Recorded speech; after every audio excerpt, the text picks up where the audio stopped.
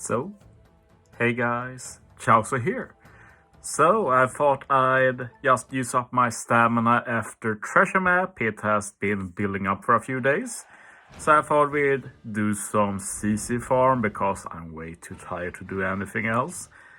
I'm too tired to farm like EMS for example, or build some fun teams or anything. I just want to use some stamina.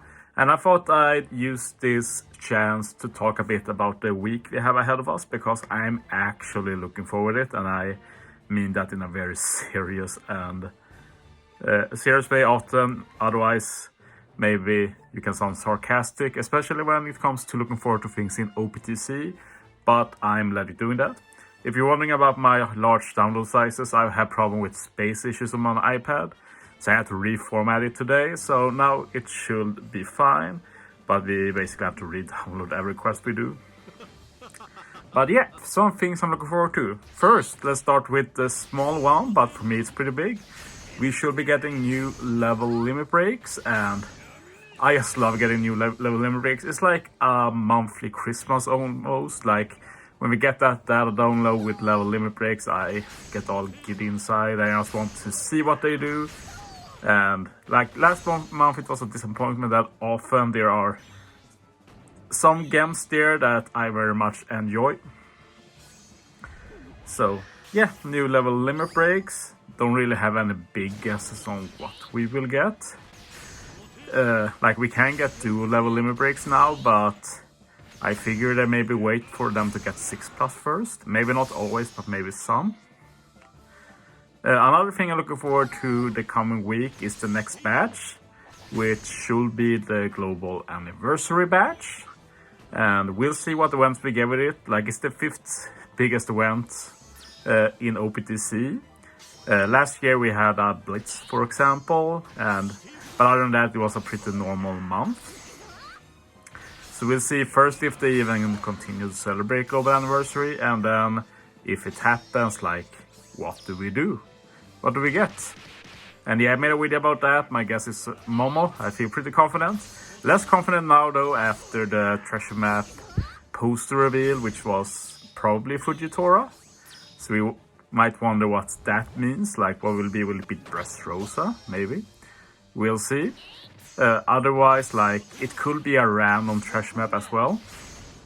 Kind of like New Year where we got Viper treasure map with an NL badge, but of course New Year had like nothing to do with that. The only connection between New Year and the treasure map that month was basically that Nami was supported by the NL and was part of NL's super type special, stuff like that. Other than that, totally separate.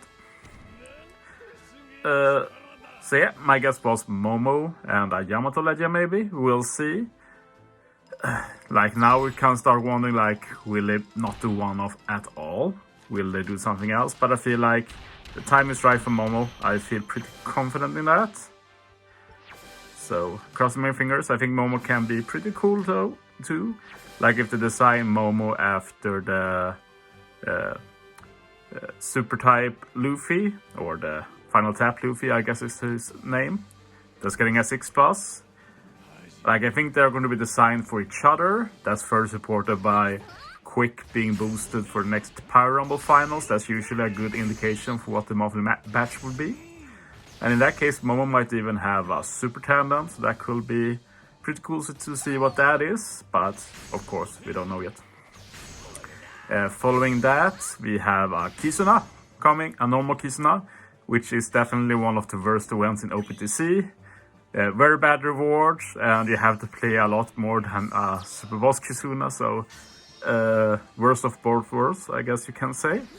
But yeah, I'm pretty excited for other reasons. I'll be going pretty hard in the beginning, just so I can go through to block box 6 ASAP. I just want to get that done. And why is that? Well, because we're getting the 6+ Cat and Dog first ever duo unit 6+. I look forward to that quite a bit. That's going to be super cool. We'll get into the local sea monster part in a bit, but there are more reasons to be excited for Cat and Dog. Like, it's like getting a new unit for free. Like, OG cat and dog are basically worthless. Like there are basically no reasons ever to use it, except for like local sea monster, which kind of forced them on you. But yeah, they're like a new unit now. Like they are a legit good legend overall. Like in basically every mode except like Super Boss. Like now suddenly a speedrun captain, which wasn't too hard to guess since most of the cat and dog legends are Sulongs in particular.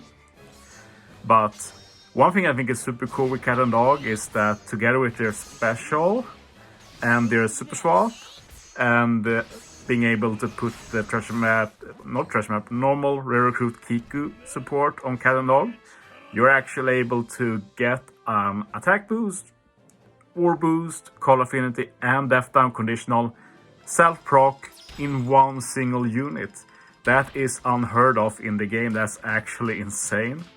And that's a big reason why they will probably be very good in like one team for all for Kizunas, like treasure map mini bosses. Like getting all of the buffs in one unit is so incredibly chill. Especially now when stuff like treasure map has started to reduce cooldown for swaps and such. And versus special, yeah, so going to be really nice that. And yeah, there's just so much to try with cat dog, like just speedrun, hybrid them with different legends. Like it's pretty clear that they are designed to be like a good complement for Carrot and Wanda, for example. So that will be a cool duo to run for fun and just speedrun stuff with them. So yeah, going to have a lot of fun using them, especially for you know what, local sea monster. I am so incredibly excited over getting the ability to make content for local sea monster properly. And I have so many ideas. I think I've said in my chat that we're probably going to get like 10 new teams pretty soon, because there are really so many options now thanks to this unit. Like I've said that local sea monster is going to be free, which I guess it will be in a sense. It will be easy to build for. My main focus now is like trying to comprise it as much as possible, and basically now it's not about owning the units or needing or anything like that. Now it's about how much investment do you need to beat it. So we're trying to come up with ways to really maximize the damage and accessibility, so they are somewhat accessible units and basically doing as much as damage as possible, both turn 1 and turn 2, and you can't ignore stage 4 either.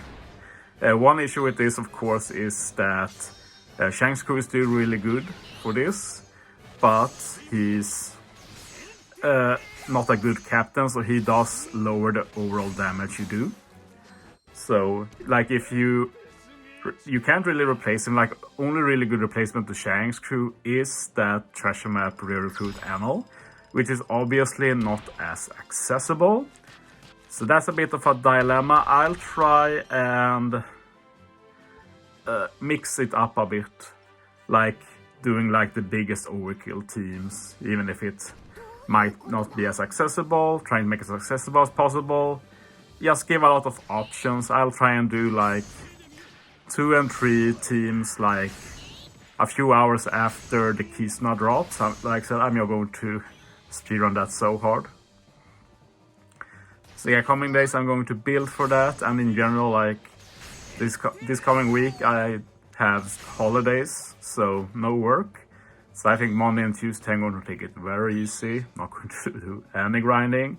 If I do any grinding, it will be CC farming like I do here, and just try and think a bit more about LSM teams, make my one team for all for Kizuna. I'm going to make some other content, like, I guess I can reveal it here, but I did pull Pearl Sparrow, so my video today will probably be trying him out. Will be fun to see what I can do with him. And yeah, other stuff, like I want to do a video with Rayleigh Gaban and using their swap to combo with legends other than Roger to take advantage of that weak attack buff. But yeah, so a lot of things I want to do. I feel like I've been neglecting this channel a bit now when I first went hard in Super PvP and then went hard in Treasure Map.